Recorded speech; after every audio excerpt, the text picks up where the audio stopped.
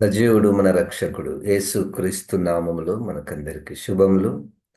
దేవుడు మనల్ని బ్రతికించాడు.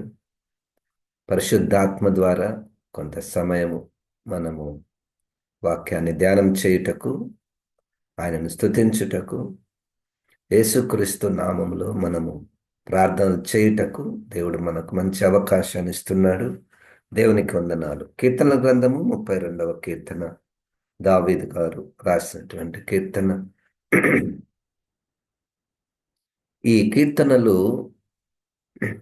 ఇవన్నీ కూడా ప్రవచనాత్మకమైన కీర్తనలు అన్న మాటకు అర్థం ఏమిటంటే, కేవలం అవి చరిత్రకు మాత్రమే పరిమితము కాలేదు, అది భవిష్యత్తులో నెరవేరవలసి ఉన్నవి అని పరిశుద్ధాత్మ దేవుడు వ్రాయించినటువంటి ఈ మాటలు ప్రవచనాత్మకమైనటువంటి మాటలు.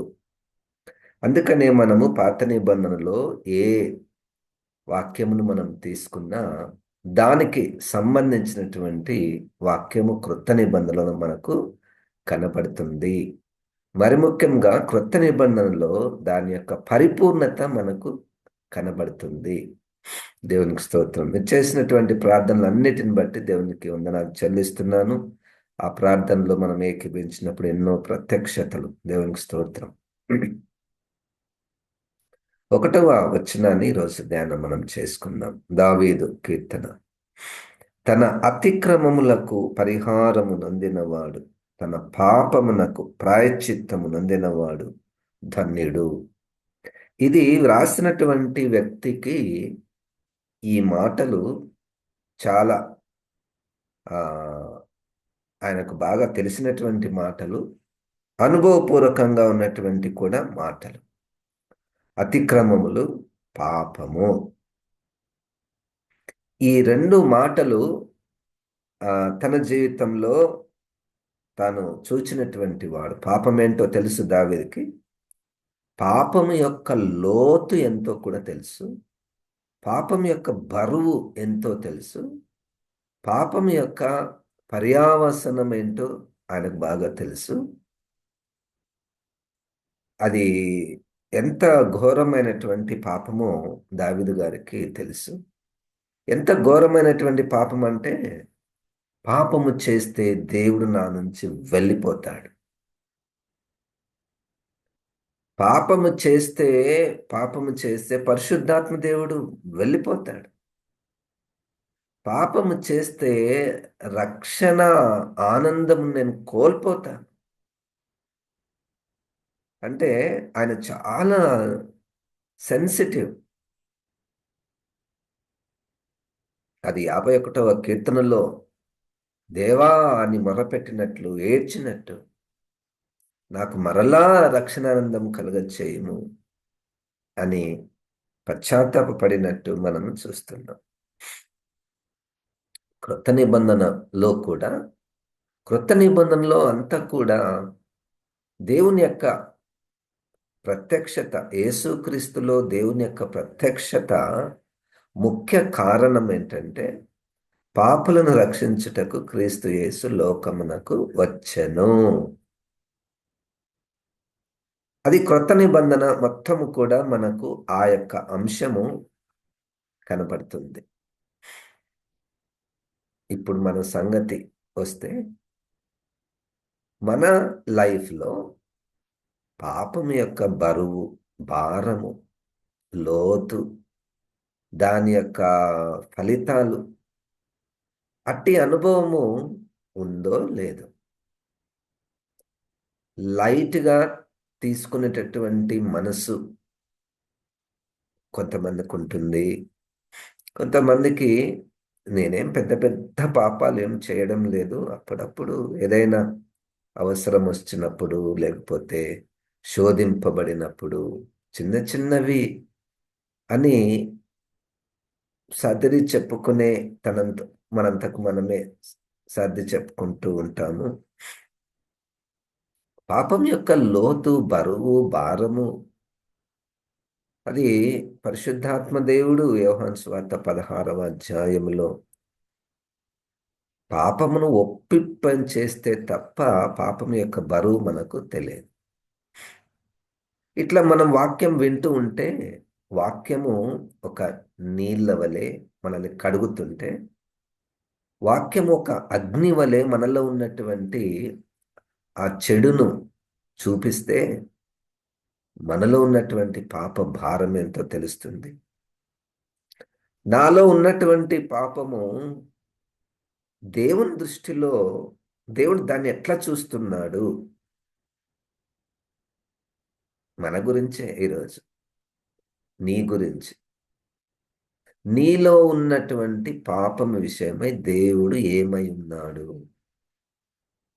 బాధపడుతున్నాడా? అసహించుకుంటున్నాడా?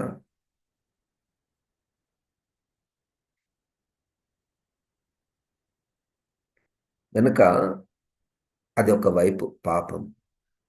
రెండో వైపు ప్రాయశ్చిత్తము. ప్రాయశ్చిత్తం నొందినవాడు ధన్యుడు. ఈ మాట ధన్యుడు అన్నటువంటి మాట ఎంతంటే కొలువలేని ఆశీర్వాదం. కొలువలేని ఆశీర్వాదం. ఒక మాట మనం ధన్యులు ధన్యులు అని అంటుంటాం కదా. ఇక్కడైతే ప్రాయశ్చిత్తం నొందినవాడు ధన్యుడు అంటే అర్థం ఏంటంటే పాపాన్ని ఇంకా ఎవ్వరు తీసేయలేరు. ఎంత డబ్బు పెట్టినా పాపం పోదు. ఎన్ని ప్రయాణాలు యాత్రలు చేసినా పాపాలు పోవు. ఎంత శరీరాన్ని కొలసి పత్రిక 2వ అధ్యాయంలో గాయపరుచుకున్న పాపాలు పోవు. క్రైస్తవ చరిత్రలో కొంతమంది అలాగ అనుకున్నారు. క్రైస్తవులు కొంతమంది మనం లోకంలో ఉంటే పాపాలు చేసే అవకాశం ఉంది, పోయి మనం అడవిలో జీవిస్తామని అడవిలోకి వెళ్ళి కొన్ని వందల సంవత్సరాలు వాళ్ళ పని ఏంటంటే వాళ్ళే వ్యవసాయం చేసుకోవడం. నాన్ వెజ్ తింటే మనం పాపం చేసే అవకాశం ఉంటుంది, కాబట్టి మనం వెజిటేరియనే తినాలి. మరియు ఎప్పుడు కూడా మనము వాక్యాన్ని చదవాలి చదవాలి చదవాలి, ప్రార్థన చేయాలి చేయాలి. తపస్సు చేశారు క్రైస్తవులు. తపస్సు చేశారు. ఇది కూడా ఫెయిల్ అయిపోయింది. ఎందుకంటే పాపం యొక్క లోతు అటువంటిది. పాపము అది తరతరాలుగా ఆదాము దగ్గర నుండి అది మానవులకు సంక్రమిస్తూ ఉన్నది. పాపము యొక్క జీతము 2వ మరణము. 6వ అధ్యాయము రోమపత్రికలో చివరి వచనం. ఇంత గొప్ప పెద్ద భయంకరమైనటువంటి పాపము, మనుషులను ఏల్తున్నటువంటి పాపము. ఇంకా ఈ 7వ అధ్యాయంలో రోమపత్రికలో పౌలు గారు ఒక పదం వాడతాడు పాపానికి. Power of the sin. Power of the sin. పాపం యొక్క శక్తి. ఈ ఈ పాపం యొక్క శక్తి ద్వారా, మనలో పాప శక్తి ఉండుట ద్వారా మనము పాపాలు చేస్తాం. అంతేగాని పాపాలు చేసినందుకు మనం పాపులం కాదు.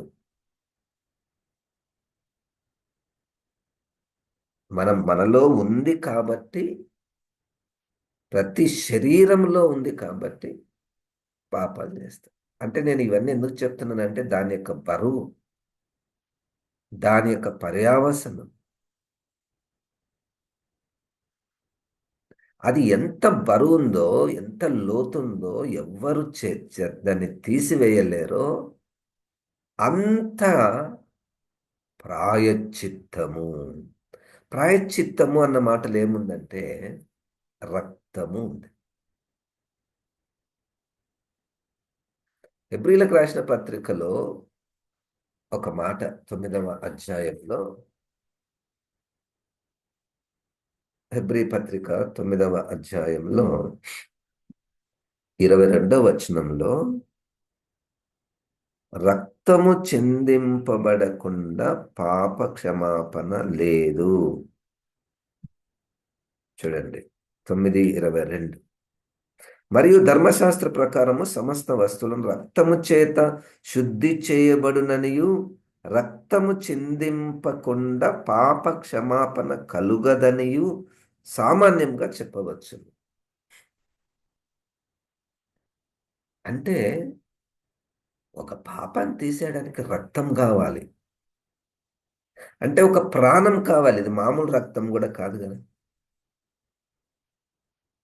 అదే పాత నిబంధనలు అయితే ప్రాయశ్చిత్తం చేయడానికి గొర్రెలను, మేకలను, ఎడ్లను, వాటి రక్తము, బలులు తీసుకొని వచ్చి పాప పరిహారార్థ బలులను అర్పించేవారు. అదొక పెద్ద బరువు వాళ్ళకు. పాపం చేస్తే మోసుకొని రావాలి, అతిక్రమం చేస్తే వెల చెల్లించాలి, ఒకదాన్ని చంపాలి. ఉం? అదొక వైపు. రెండో వైపు క్రైస్తవ చరిత్రలో కూడా ప్రారంభంలో కొంతమంది పాపాలు పోవాలంటే డబ్బులు ఇవ్వాలి మీరు. పాప పరిహార పత్రములు, అది ఒక ప్రజల మీద పెద్ద బరువు. అయినా పోయిందా? పోలేదు. ప్రాయశ్చిత్తము అన్నటువంటిది రక్తముతో కూడుకున్నటువంటిది. ఆ రక్తము కూడా గొర్రెల మేకల రక్తము ద్వారా మనస్సాక్షి కడగబడలేదు. అప్పటి వరకు ధర్మశాస్త్ర సూత్రాలుగా, ఇదిగో ఈ రక్తం చిందిస్తే మీ పాపం పోయింది పోయింది పోయింది అని చెప్తుంటే వాళ్ళు కూడా ఆహా పోయింది పోయింది అనుకుంటుంటారు. ఆ రోజుకు మాత్రం సంతృప్తిగా ఉంటుంది. ఈరోజు నేను గొర్రెను అర్పించాను, రక్తం చిందించాను, దేవుడు నా పాపాన్ని క్షమించాడు అని పొద్దున్న లేచే లోపల మనస్సాక్షి మళ్ళా బయటకు వచ్చి నువ్వు తప్పు చేసి, నువ్వు తప్పు చేసినావు, నువ్వు పాపం చేసినావు అంటే మనస్సాక్షి కడగబడలేదు. మనస్సాక్షి కడగబడలేదు. ఇప్పుడు ఆ మనస్సాక్షిని కడగగలిగినటువంటిది యేసు రక్తము. దేవునికి స్తోత్రం. ఈ లోకానికి యేసుక్రీస్తు వచ్చింది ఆ పరిశుద్ధ రక్తము, ఆ పరిశుద్ధ రక్తం ద్వారా మనుషులకు ప్రాయశ్చిత్తము జరిగితే వాళ్ళెంత ధన్యులో. ఇప్పుడు దాన్ని మనం రిసీవ్ చేసుకోవాలా. It happen. యేసుక్రీస్తు రక్తం కార్చాడు. ఆయన కార్చినంత మాత్రాన మనం పాపం పోతుందా? 3వ అధ్యాయములో మత్తయి సువార్తలో యోహాను గారు వారు పాపములను ఒప్పుకొనుచు పశ్చాత్తాపపడుతూ వచ్చి బాప్తిస్మము తీసుకునేరి. ఇప్పుడు పాపాలు ఒప్పుకునే మనసు ఎవరికి వస్తుంది? మళ్ళా మన చేతులు లేదా. మన చేతులు పరిశుద్ధాత్మ దేవుడు మనల్ని కనికరించి కృప చూపించి ఈ వ్యక్తిని నేను సంపూర్ణతలోనికి నడిపించాలన్నటువంటి ప్రణాళిక ఉండి మనల్ని ఆకర్షించేటటువంటి కృప మన మీద చూపించబడితే మనలో ఉన్నటువంటి పాపాన్ని మనకు గుర్తుకొచ్చి భయపడిపోతాం. భయపడిపోతాం, తట్టుకోలేకపోతాం, తట్టుకోము. చాలా సంవత్సరాల కిందట నేను ఒక సంఘంలో ఉన్నప్పుడు ఒక స్త్రీ, ఆ స్త్రీని అందరూ దయ్యం పట్టింది దయ్యం పట్టింది అనేవారు. మేము కొత్తగా పోయినాం, భర్త లేడు, ఒక కుమారుడు, యవ్వన కుమారుడు ఉన్నాడు. వాళ్ళ ఇంటికి పోతే ఆ కుమారుడు చెప్తున్నాడు ఆమె పరిస్థితి. ఆమె పట్టినటువంటిది దయ్యమో ఇంకొక మానసిక రోగమో శరీర రోగమో మాకు తెలియదు, మాకైతే తెలియదు. తర్వాత ఆమె బాగైందని విన్నాము. అయితే అప్పుడు మేము చూసినటువంటిది ఏంటంటే ప్రతి దాన్ని శుభ్రంగా ఉంచాలి ఆమె ఇంట్లో.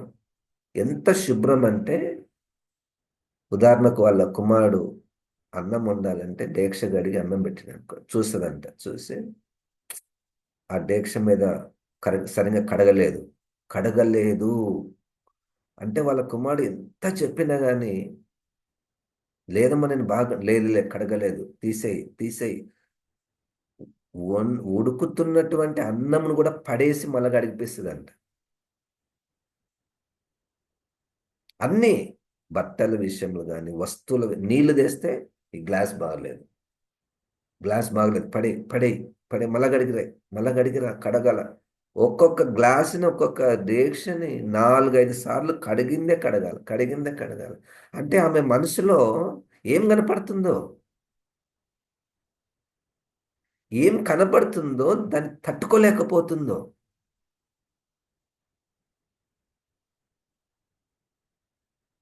నాకు అనిపించింది. పాపం విషయమా అట్టి మనస్సు ఎంతమందికి ఉంటుంది. చాలాసార్లు మనం కొన్నిటిని అట్లా ఉండనిస్తాం. ఉంటే ఉండనులే, ఎందుకంటే ఎవ్వరికి ఉండదండి. అంత పర్ఫెక్ట్గా ఎవరుంటారు అన్నది ఎక్కడో రాయబడింది మనసులో. అది మనకు తెలియకుండానే పనిచేస్తుంటది. పర్వాలేదులే నేను, పర్వాలేదు, ఇతరులతో పోల్చుకుంటే పర్వాలేదు.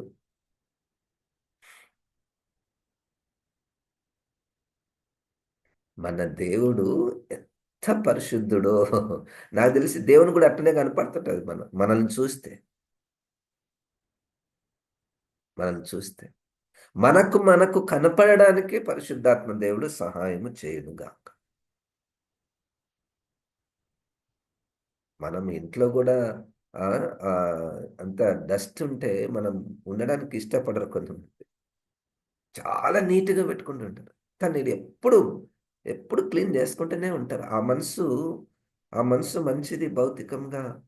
కానీ పాపం విషయము, పాపం విషయము భయము, పాపం విషయము క్షమాపణ, పాపం విషయము పశ్చాత్తాపము.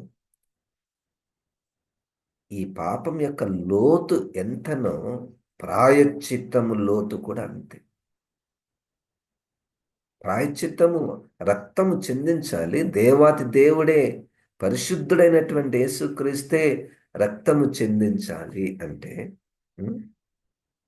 దావీదు గారు రాసినటువంటి ఈ 32వ కీర్తనను పరిశుద్ధాత్మ దేవుడు ఇక తీసుకొని వచ్చి రోమాపత్రిక 4వ అధ్యాయం 5, 6 వచనాలు.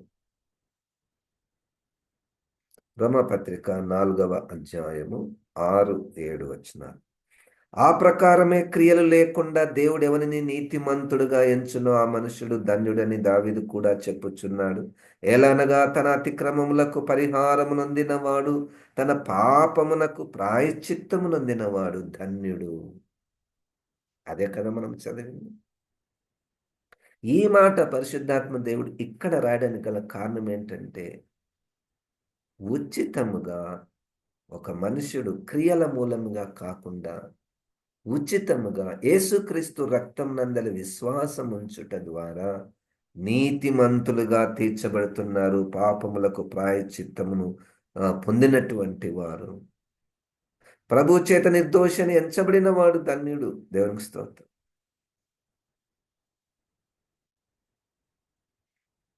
ఆ ధన్యత నాకు ఎప్పుడు వస్తుందో, నాలో ఉన్నటువంటి ఈ పాప భారము, ఈ పాప లోతు,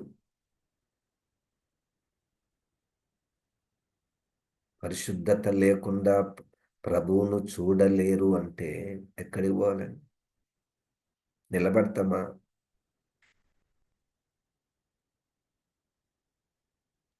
ఈ లోక త్రాసులో సరితూగిన సరితూగగలవా ప్రభు త్రాసులో, ఆ తీర్పులో. ఈ లోక త్రాసులో ఆ, త్రాసు అంటే కొంతమంది తెలుస్తుందో తెలియదు. బరువులను ఆ తక్కెడ అంటారు కదా, కొలుచుకుంటే ఈ లోకంలో మనల్ని మనం కొలుచుకుంటే పర్వాలేదు, బాగానే ఉంది, భక్తి బాగానే ఉంది. అక్కడ నిలబడితే మన తలంపులు, మన మనస్సాక్షి నుంచి సాక్షి, ఆ తీర్పు జరుగుతుంది. మనస్సాక్షిని కౌంట్లోకి తీసుకుంటా.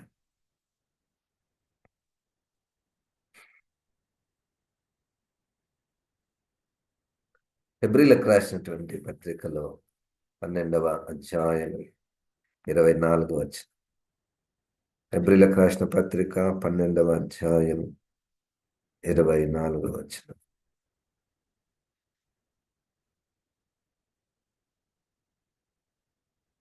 క్రొత్త నిబంధనకు మధ్యవర్తి అయిన యేసునొద్దకును హేబేలు కంటే మరి శ్రేష్టమగు పలుకు ప్రోక్షణ రక్తమునకును మీరు వచ్చి ఉన్నారు. దేవునికి స్తోత్రం. Is mediating between old and new covenants and we all have come to the precious blood of Jesus Christ which can cleanse our conscience. మనస్సాక్షిని కడుగుతే మన గుర్తుకు రాదు పాపం. గుర్తుకు రావడం లేదంటే ఇంకొక కారణం కూడా ఉంటుంది. రెండు కారణాలు ఉంటాయి. గుర్తుకు రావడం లేదు అంటే మనం చేసిన పాపాలు మనకి ఏం గుర్తుకు రావు, నొప్పి ఏం కలుగుతలేదు అంటే అర్థం ఏంటంటే వాత వేయబడిన మనస్సాక్షి ఆ స్థితి కొంతమందికి. రెండవ స్థితి, రెండవ గుంపు వాళ్ళు ఏం చేసినా ఏం అనపడడం లేదు అంటే ఇంకా వాళ్ళు రక్షణ పొందలేదు. రక్షణ పొందక మునుపు ఇదే డిఫరెన్స్. రక్షణ పొందక మునుపు మనము ఎన్ని తప్పులు చేశాను, నేను నా సంగతి చెప్తాను. ఎన్ని తప్పులు చేసినా, ఘోరమైన పాపాలు చేశాను, నాకేం అనపలేదు. కానీ రక్షణ పొందిన తర్వాత ఏదైనా తప్పు చేస్తే అదొక భారము, అదొక కలత, అదొక కలవరము.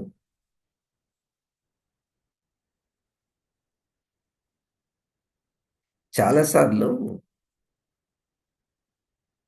మనం ఎప్పుడు పాపమునకు భయపడతామంటే ప్రజలు చూశారేమో, ప్రజలకు తెలిసిందేమో, ప్రజలకు తెలుస్తుందేమో ఈ పాపము, అప్పుడు కొంచెము భయం అవుతుంది.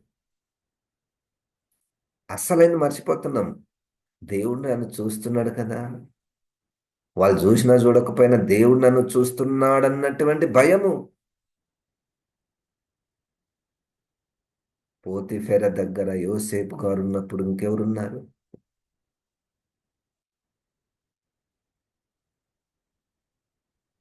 తన అతిక్రమములకు, తన పాపమునకు ప్రాయశ్చిత్తం నొందిన వారు ధన్యులు.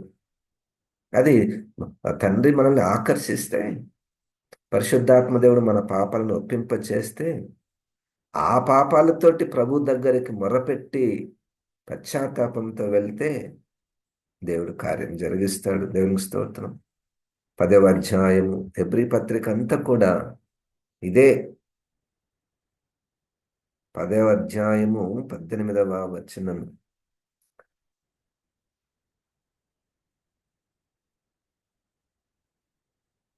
17 కూడా చదువుతున్నాను. వారి పాపములను, వారి అతిక్రమములను ఇకను ఎన్నటికీ జ్ఞాపకం చేసుకున్నాను అని ప్రభు చెప్పుచున్నాడు. ఓకే, పైన వచ్చిన 16. ఏలైనగా దినములైన తరువాత నేను వారితో చేయబో నిబంధన ఇదే, నా ధర్మ విధులను వారి హృదయమునందుంచి వారి మనస్సు మీద వాటిని వ్రాయుదును అని చెప్పిన తరువాత వారి పాపములను, వారి అతిక్రమములను ఇకను ఎన్నటికీ జ్ఞాపకం చేసుకున్నాను అని ప్రభు చెప్పుచున్నాడు. వీటి క్షమాపణ ఎక్కడ కలుగునో అక్కడ పాప పరిహారార్థ బలి ఇకను ఎన్నడను ఉండదు. దేవుని యొక్క మాటలు మన హృదయముల మీద రాస్తే ఆటోమేటిక్గా మనం పాపాలు, ఆటోమేటిక్గా మనం బయట ఉన్నాయనుకోండి, ఆజ్ఞలు బయట ఉన్నాయనుకోండి, అక్షర రూపంలో, ధర్మశాస్త్ర రూపంలో, ఆచారాల రూపంలో, వాక్యము బయట పెట్టుకుంటారు కొంతమంది. బయట అనేక అనేక రూపాలలో వాక్యం ఉంటే అది అది చూచినప్పుడే మనకు తెలుస్తుంది పాపము అదేంటో.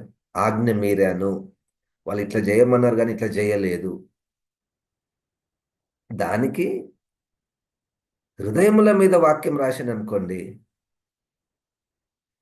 మనం ఎప్పుడైనా రహస్యముగా చేసినా ఇప్పుడు బయట ఎవరైనా చూశారు చూడలేదనేటువంటి పాయింట్ కాదు, నాలోనే ఉంది కదా వాక్యము. ఈ నాలో ఉన్నటువంటి వాక్యము నేను చేసినటువంటి తప్పిదాన్ని నాకే చెప్తాను. దేవునికి స్తోత్రం. అది క్రొత్త నిబంధన అంటే 27 పుస్తకాల సారాంశం ఏంటంటే యేసుక్రీస్తే మన హృదయంలోనికి వచ్చుట. అయిపోయింది. యేసుక్రీస్తుని హృదయంలోనికి ప్రతిష్ఠించుకున్నారనుకోండి, వాళ్ళ హృదయాల్లో బైబిల్ ఉన్నట్టు. ఇంకా బైబిల్ ఏమి తెలియని అవసరం లేదండి. తెలియని యేసుక్రీస్తు ఒక్కటి చాలు. ఎందుకు ఎందుకు చెప్పగలుగుతున్నాము? యోహాను సువార్త 1:1 బైబిల్ ఈజ్ ఈక్వల్ టు యేసుక్రీస్తు, అంతే. ఎంతమంది తెలియాలి బైబిల్ అక్షరాలు? ఎంతమందికి ఇన్ని పుస్తకాలు ఉన్నాయి, ఇవి దీంట్లో ఇది ఉంది, దాంట్లో అది ఉంది, ఇది ఈ భాషలో రాయబడింది, అది ఆ భాషలో రాయబడింది. ఆ? ఎంతమంది చదవాలి? ఎందుకు ఆ భారము? చదివినరు అనుకోండి, దేవునికి స్తోత్రం, వాళ్ళ వల్ల ఒక పరిచయం జరుగుతుంది. అస్సలైనటువంటిది ఏంటంటే పాపం అన్నటువంటిది మనిషికి తెలిసిపోతుంది. దేవుడు దేవుడు కనికరిస్తే పాపం తెలిసిపోతుంది. వెంటనే ఎవరు నన్ను రక్షిస్తారు అని ప్రభు వైపు చూస్తే యేసు రక్తం కనపడుతుంది. యేసు రక్తం కనపడినప్పుడు ఆ రక్తాన్ని మనము అప్రోచ్ అయినప్పుడు ఆ రక్తంలో మన పాపాలు కడగబడతాయి. మన మనస్సాక్షి కూడా కనగబడుతుంది. దేవునికి స్తోత్రం. యేసుక్రీస్తు ఏం చేశాడండి? ఏం చేశాడో చూడండి. మనము అది కొలసీ పత్రికలో 2వ అధ్యాయములో ఆ మాట మనం చూస్తాం.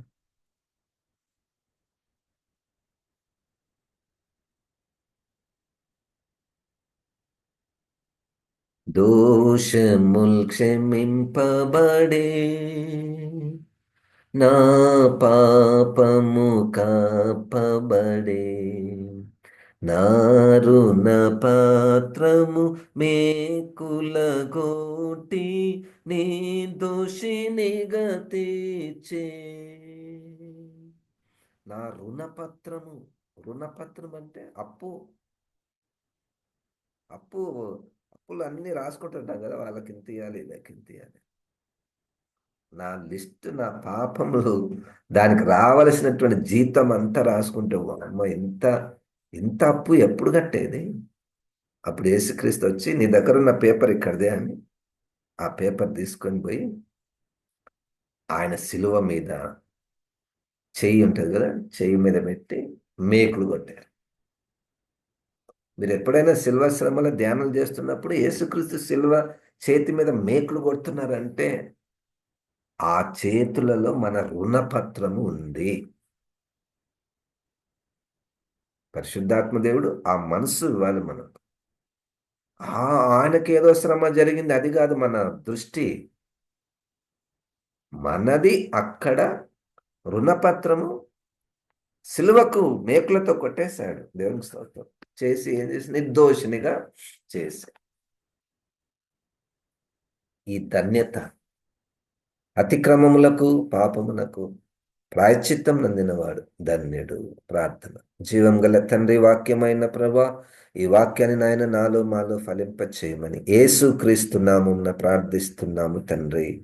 ఆమెన్. ఇప్పుడు మన పరమ తండ్రి అయిన దేవుని యొక్క ప్రేమ, ప్రభువైన యేసు క్రీస్తు యొక్క కృపా, పరిశుద్ధాత్మ దేవుని యొక్క సహవాసము మనకందరికి సదాకాలము తోడయుండును గాక. ఆమెన్. దేవుడు మనల్ని దీవించును గాక.